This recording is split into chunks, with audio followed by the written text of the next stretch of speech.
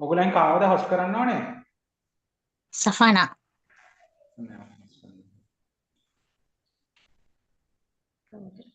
සහනා කියනවා.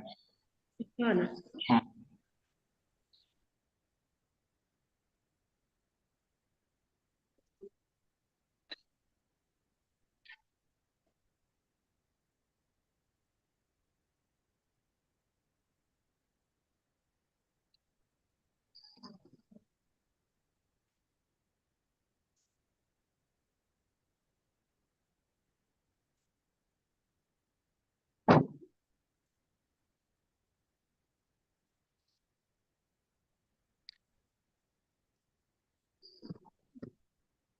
Hello teacher, தானே ரெண்டாவது கேள்வி கேட்குறேன் ஃபாத்திமா டீச்சருக்கு.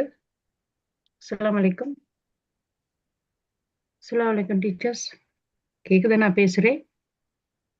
ருஸ்னா டீச்சர் நீங்க தான் ஃபர்ஸ்ட் கேள்வி கேட்கணும். ஃபர்ஸ்ட்டுக்கு ஃபாத்திமா நான் டீச்சர். தானே. ஓ ஃபர்ஸ்ட்டுக்கு வந்து செயலில் கற்ற ஆக்டிவிட்டி லேர்னிங் என்றால் என்ன, அதுதானே? அதுதான் டீச்சர். அதுதானே அதுதான் டீச்சர். டீச்சர்? Okay okay. என் ஃபோன்ல எல்லாம் டிலீட் ஆகி நான் மறுபடியும் எல்லாம் எடுத்தேன்.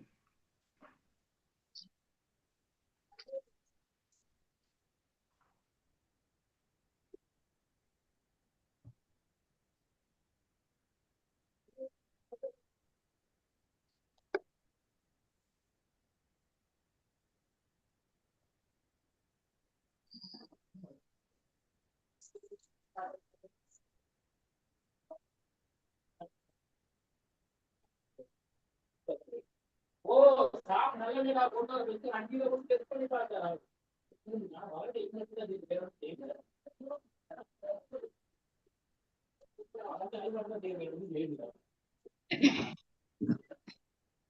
பச்சை சின்னதை காட்டின்னு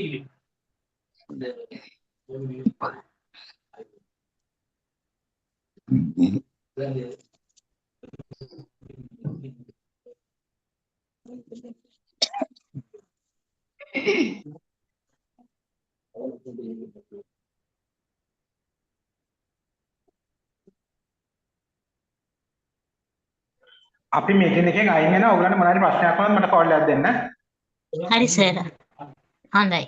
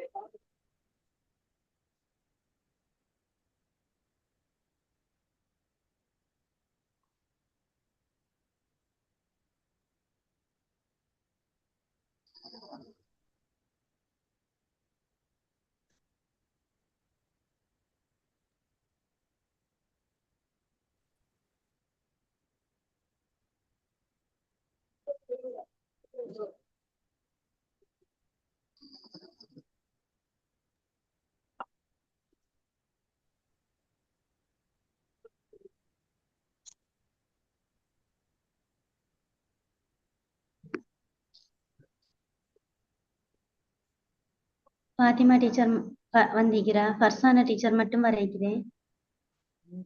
டீச்சர் விளங்குது இல்ல. அஸ்ஸலாமு அலைக்கும் ஃபாத்திமா டீச்சர்.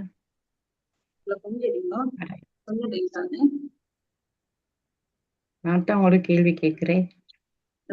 கேள்வி கேட்கிற இப்ப நான் நிக்கிற இடம் வேற. விளங்குது. இடையில கொஞ்சம் வந்துட்டு ஒரு பக்கம் ஒதுங்கிக்குது பள்ளியில. நிச்சயமா.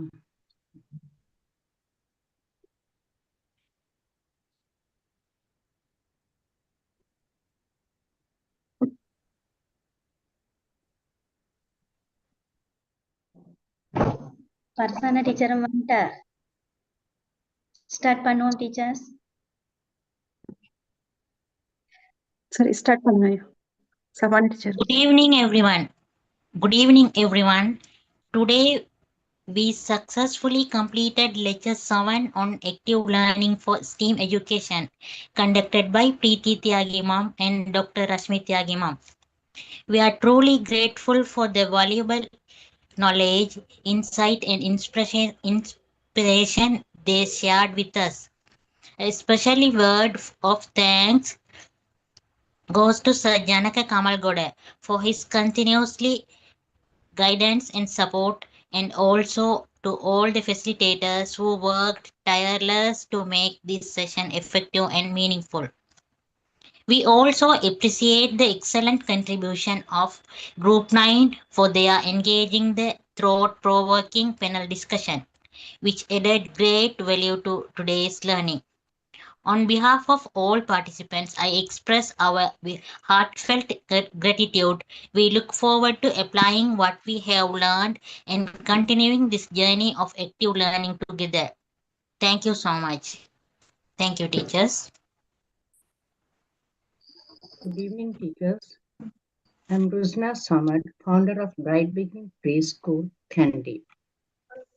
செயலில் கற்றல் activity learning என்றால் என்ன என்பதை பற்றி விளக்கமொன்று தர முடியுமா ஃபாத்திமா டீச்சர் அவர்களே? Yes, Ruzna teacher.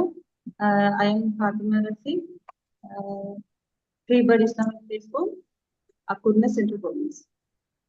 Active learning செயலில் கற்றல் மாணவர்களை கேட்பதன் மூலம் மற்றும் கற்றுக்கொள்வதில்லை, அவர்கள் ஆராய்ந்து அனுபவித்து கற்றுக்கொள்கிறார்கள். அதாவது ஆக்டிவ் லேர்னிங் என்றால் என்ன?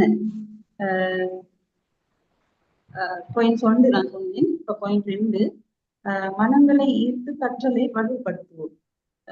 செய்வதன் மூலம் கற்றல், சிந்திப்பதன் மூலம் வளர்ச்சி, பங்கேற்பின் மூலம் வகுப்பறை மாற்றுதல், மாணவர்களை கற்றலுக்கு தலைவர்கள், செயலற்ற கேள்வியிலிருந்து செயலில் ஈடுபடும் புரிதலுக்கு. அடுத்து ஆக்டிவ் லேர்னிங் என்பது மாணவர்களை கற்றல் செயல்பாட்டில் செயலில் ஈடுபடுத்தும் போது கற்பித்தல் முறையாகும். இது மாணவர்களை சிந்திக்கவும் செய்வதன் மூலமும் கற்றுக்கொள்ளவும் உதவுகிறது. கேட்பதிலிருந்து மேலானதாகும். போதுமான விளக்கம் இருக்கும் என்று நினைக்கிறேன். ருஸ்னா டீச்சர், என் கேள்விக்கு மிக அழகாகவும் தெளிவாகவும் பதில் அளித்ததற்கு நன்றி ஃபாத்திமா டீச்சர் அவர்களே. Good evening, Safana teacher. Good evening, Dean teacher. I am Siddiq Lebe from Alfala Preschool, Central Province, Matara Galevale. Safana ஆசிரியை, உங்களிடம் ஓர் வினா. ஆக்டிவ் லேர்னிங் அதாவது செயலில் கற்றலின் 3 அம்சங்களையும் விளக்க முடியுமா? Yes, teacher. I am Safana Hussain, founder of Fatima Nursery School, Central Province. செயலில் கற்றல் 3 முக்கிய அம்சங்கள் யாவன? முதலாவதாக குழந்தைகள் பங்கேற்பு, இரண்டாவதாக சிந்தனை மற்றும் ஆராய்ச்சி, மூன்றாவது ஒத்துழைப்பு கற்றல். முதலாவதாக குழந்தைகள் பங்கேற்பு. குழந்தைகள் கேட்பதற்கு மேல் சென்று செயலில் ஈடுபடுகின்றார்கள். இரண்டாவது சிந்தனை மற்றும் ஆராய்ச்சி, கேள்விகள் கேட்பதும் பிரச்சனைகளை தீர்ப்பதும் புதிய யோசனைகளை உருவாக்குவதும். மூன்றாவது ஒத்துழைப்பு கற்றல், குழுப்பணி, கலந்துரையாடல், சக குழந்தைகளுடன் அனுபவங்களை பகிர்ந்து கற்றல். மொத்தத்தில் இந்த 3 அம்சங்களும் குழந்தைகள் செயலில் கலந்து கொண்டு சிந்தித்து ஒருவருடன் ஒருவர் இணைந்து கற்றுக்கொள்ள உதவுகின்றன. Thank you, teacher. சஃபானா ஆசிரியை, செயலில் கற்றலின் 3 அம்சங்களையும் அழகான முறையில் விளக்கமாகவும் சிறப்பாகவும் விளக்கினீர்கள். நன்றி Safana teacher. Thank you so much. I am ALF Farsana, founder of Rainbow Preschool. Assalamu alaikum Fasmina Asiriye. வலைக்கும் அஸ்ஸலாம் ஃபர்சானா ஆசிரியை. ஆம், கற்கும் படிமுறை என்பது ஒரு சிக்கலான விடயமாகும். கற்போர் எல்லோரும் வெவ்வேறு வகையான கற்கும் முறைகளை கொண்டவர்களாக இருப்பர். அதனால் முன்பள்ளி ஆசிரியர்கள் ஒவ்வொரு குழந்தையினதும் கற்கும் தன்மையை அவர்கள் ஏற்கனவே அடைந்துள்ள அனுபவங்களையும் புரிந்து செயற்பட வேண்டும். அப்படி புரிந்து செயற்படுவதால் பிள்ளைகளின் தனித்தன்மையும் எதிர்கால பிரச்சினைகளை தானே முகம் கொடுக்கும் ஆற்றலும் விருத்தியுறுகிறது.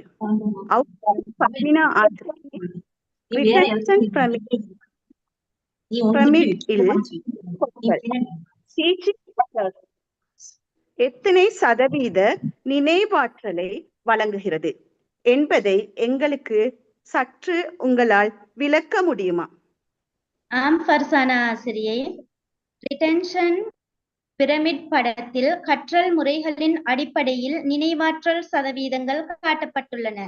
அதன்படி சதவீதங்களாக சொற்பொழிவு லெக்சர் 5 வீதம், வாசிப்பு ரீடிங் 10 வீதம், ஆடியோ விஷுவல் 20 வீதம், காண்பித்தல் டெமான்ஸ்ட்ரேஷன் 30 வீதம், கலந்துரையாடல் டிஸ்கஷன் 50 வீதம், செயலில் பங்கேற்பு பிராக்டிஸ் டூயிங் 75 வீதம், மற்றவர்களுக்கு கற்றுக் கொடுத்தல் டீச் அதர்ஸ் 90 வீதம் காணப்படுகிறது. அதன்படி டீச்சிங் அதர் மற்றவர்களுக்கு காண்பித்து கற்பித்தல் மூலம் 90 வீதம் நினைவாற்றல் ஏற்படுகிறது. இது பிரமிட் வரைபடத்தின் அடிப்பகுதியில் உள்ளது. ஏனெனில் இது மிகவும் பிரபலமான மற்றும் திறனுள்ள கற்றல் முறையாகும். ஏன் இது அதிக நினைவாற்றலை தருகிறது என்றால், மற்றவர்களுக்கு கற்பிக்கும் போது எமக்கு ஒரு பொறுப்புணர்வு வருகிறது, ஆழமான புரிதல் தேவைப்படுகிறது, பலமுறை பரிசீலனை செய்ய தேவைப்படுகிறது. இதனால் கற்றது நம் நினைவில் நிலையாக உரைகிறது. எனவே ரிட்டென்ஷன் பிரமிட் படத்தில் உங்களுக்கு நான் தந்த விளக்கம் போதுமா ஆசிரியை? ஃபர்சானா ஆசிரியை, போதுமா எனது விளக்கம்? தேங்க்யூ ஃபஸ்மினா ஆசிரியை. உங்களது விளக்கம் பரிபூரணமாகவும் விளங்கக்கூடியதாகவும் மிகவும் அருமையாகவும் காணப்பட்டது. எனவே உங்களது விளக்கத்திற்கு நன்றி. Thank you very much. Thank you teacher. Good evening, Krishna teacher. Fatima teacher. Good evening. Krishna Good evening, teacher. Fatima teacher. நான் Good உங்களுக்கு evening. கேள்வி கேட்கணும்னு நினைக்கிறேன். அதாவது இண்டக்டிவ் Okay. ரீசனிங் மற்றும் டிடக்டிவ் ரீசனிங் இரண்டுக்கும் உள்ள வேறுபாடு என்ன கொஞ்சம் சொல்லுமா? Okay, teacher. Inductive reasoning பொதுமைப்படுத்தும் தர்க்கம் சில குறிப்பிட்ட அனுபவங்கள், உதாரணங்கள் அல்லது நிகழ்வுகளை பார்த்து அதனை அடிப்படையாக கொண்டு ஒரு பொதுவான முடிவிற்கு வருவது. இது கீழிருந்து மேலே செல்லும் முறையாகும். சிறு சிறு உண்மைகள் அல்லது சான்றுகள் அடிப்படையில் ஒரு பெரிய பொதுவான விதி உருவாக்கப்படுகிறது. உதாரணமாக, நான் பார்த்த எல்லா புறாக்களும் வெள்ளையாக இருந்தது, ஆகையால் எல்லா புறாக்களும் வெள்ளையாக இருக்கும். கடந்த 5 நாட்களை காலை சூரியன் உதித்தது, ஆகையால் நாளைக்கும் சூரியன் உதிக்கும். டிடக்டிவ் ரீசனிங் தர்க்கவியல் முடிவு ஒரு பொதுவான விதி அல்லது சட்டத்தை வைத்து தனிப்பட்ட நிகழ்வை விளக்குவது. இது மேலிருந்து கீழே செல்லும் முறையாகும். ஏற்கனவே உள்ள பொதுவான உண்மையில் இருந்து ஒரு குறிப்பிட்ட உண்மையை அறிந்து கொள்கிறோம். உதாரணமாக, எல்லா மனிதர்களும் இறப்பார், ராமு ஒரு மனிதன், ஆகையால் ராமுவும் இறப்பான். எல்லா சதுரங்களும் 4 பக்கங்கள் உண்டு, இந்த வடிவம் ஒரு சதுரம், ஆகையால் இதற்கு 4 பக்கங்கள் உண்டு. சுருக்கமாக, இண்டக்டிவ் ரீசனிங் குறிப்பிட்ட சான்றுகளிலிருந்து பொதுவான விதி, டிடக்டிவ் ரீசனிங் பொதுவான விதியிலிருந்து குறிப்பிட்ட சான்றுகள். போதுமான விளக்கம் கிடைத்திருக்கும் என்று நினைக்கிறேன் ஃபாத்திமா டீச்சர் அவர்களே. ஆம் கிருஷ்ணா டீச்சர். இந்த கேள்விக்கான பதிலை ஒழுங்காக அறிவுபூர்வமாக உங்களுக்கு சொன்னீங்க. தூண்டல் பகுத்தறிவுக்கும் துப்பறிக்கும் பகுத்தறிவுக்கும் என்ன வித்தியாசம் என்ற கேள்வி மதிப்புமிக்க நுண்ணறிவுகளை வழங்குகிறது. இது தர்க்க ரீதியான சிந்தனையின் அடிப்படைகளை ஆராய்கிறது. பயனுள்ள சிக்கல் தீர்ப்பு மற்றும் விமர்சன சிந்தனைக்கு முக்கியமானவை. உண்மை தேடுவது மனம் எடுக்கும் தனித்துவமான அணுகுமுறை கேள்வி எடுத்து காட்டுகிறது. நன்றா இருந்தது, மிகவும் ஆழமாகவும் இருந்தது, தெளிவாகவும் இருந்தது. நன்றி teacher. Okay, teachers. Good evening, Farzana teacher. Good evening. Active learning செயலில் கற்றலில் பயன்படுத்தப்படும் 2 முறைகளை எடுத்துக்காட்டுகளுடன் விளக்குங்கள். சஃபானா ஆசிரியை. ஆக்டிவ் லேர்னிங் என்பது செயலில் செய்து காட்டுவதன் மூலம் கற்றுக்கொள்வதாகும். மேலும் இதன் மூலம் ஒரு செயலை செய்து காட்டுவதன் மூலம் அதனை கவனித்து சிந்தித்து பகிர்ந்து கற்றுக்கொள்வதனை ஆக்டிவ் லேர்னிங் என்று குறிப்பிடுவார்கள். மேலும் இதன் மூலம் மாணவர்கள் கலந்துரையாடல், குழுப்பணி, பிரச்சனை தீர்வு போன்ற செயல்பாடுகளில் பங்கேற்பார்கள். ஆர்வம், ஈடுபாடு, புரிதல் அதிகமாக காணப்படும். உதாரணமாக, நமது முன்பள்ளியில் கதை ஒன்றை நடித்து காட்டும் போது முதலில் ஆசிரியை அதனை செய்து காட்டுவார். பின்னர் ஆசிரியரோடு சேர்ந்து மாணவர்களும் செய்வார்கள். பின்னர் மாணவர்கள் மாத்திரம் அச்செயற்பாட்டில் ஈடுபடுவார்கள். இதன் மூலம் அவர்கள் நாம் கொடுக்க நினைத்த செயற்பாட்டை விளங்கிக் கொள்வார்கள். அவர்கள் சரியாக விளங்கிக் கொண்டார்களா என்பதனை ஆசிரியரும் விளங்கிக் கொள்ளலாம். இதன் மூலம் ஆசிரியர்களுக்கு மாணவர்களை பற்றி மதிப்பீட்டையும் மேற்கொள்ளலாம்.